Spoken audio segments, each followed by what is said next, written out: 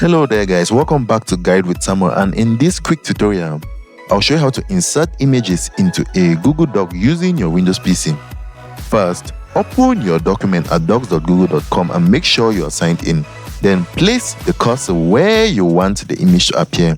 Next, click Insert Image and choose how to add the picture.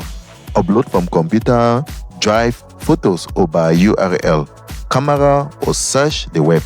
Alternatively, drag and drop an image file directly into the document or simply paste an image you have copied.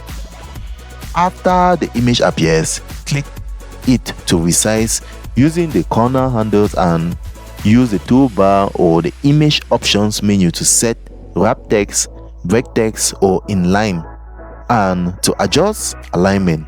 Finally, for accessibility, click Alt Text in Image Options to add a short description. And that's it. Your image is now in the doc and ready to style. If you found this helpful, don't forget to like and subscribe to Guide with Samuel for more helpful tutorials. Thanks for watching.